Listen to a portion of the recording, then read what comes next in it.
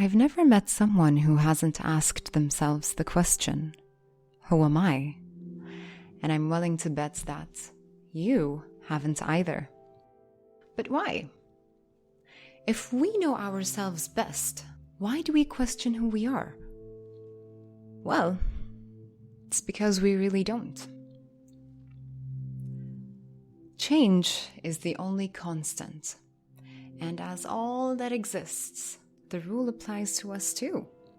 We grow older, graduate school, get a new job, leave old habits behind, and leave old relationships behind.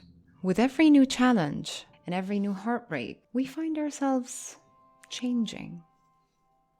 And eventually, our answer to who am I changes with us.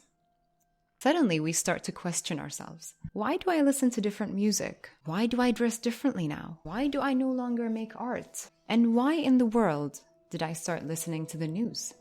Questioning ourselves is an interesting phrase, because as we ponder it, we realize that it usually carries negative implications, which means we don't feel very good about change. 5 years ago, when I started my fitness journey, I came to the only natural conclusion such an experience can bring about. I'd rather have a donut instead. My brain resisted the sudden change of diets, the way all of our brains are wired to, really, being creatures of habit. As we have normalized disliking going on a diet, we have also normalized disliking change in ourselves. And that is why the question, who am I, only surfaces when we are feeling our worst, taking us down into a spiral of confusion and sometimes even panic. The idea that we must remain the same people all our lives isn't very reasonable, because it's against growth. If you wake up tomorrow with the realization that you just spent your last year in the wrong major, relationship, or circle, allow yourself the freedom of leaving the past behind and being who you are today. Stay true to yourself, no matter what kind of change you go through. If we don't allow ourselves the credibility our lives need, the only outcome we can expect is to feel oppressed.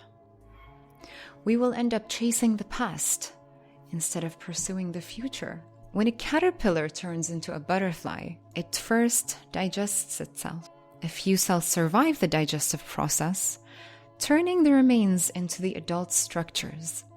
In a similar way, at the very edge of transformation, when we dissect our identities to answer the question, who am I? We realize that much of our past personalities have dissolved. And although it's hard and uncomfortable and very little of what we were remains to build our new structures with, we finally grow into our better selves. Change is inevitable, whether we have orchestrated it or not. And that is why we must accept it into our lives without resistance. We must accept that there is no one version of ourselves, and that we aren't always going to be the same people. It might disappoint you that you don't enjoy the same shows you used to, but that is only because you read instead now. And you might wonder why you don't hang out with your friends as much anymore, but that's only because you're focusing on a new course at the moment. We have limited capacities in our minds, limited hours in our days, and limited energy in our bodies.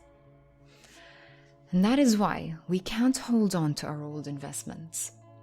If we take up a new hobby, we must sacrifice time of day, which was allocated to something else, as we can only spend what we have. And we must always remember that we will never have more than 24 hours to our days. Allow yourself to transform.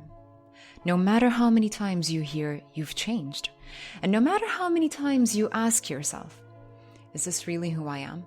Set yourself free from doubt and welcome the unknown.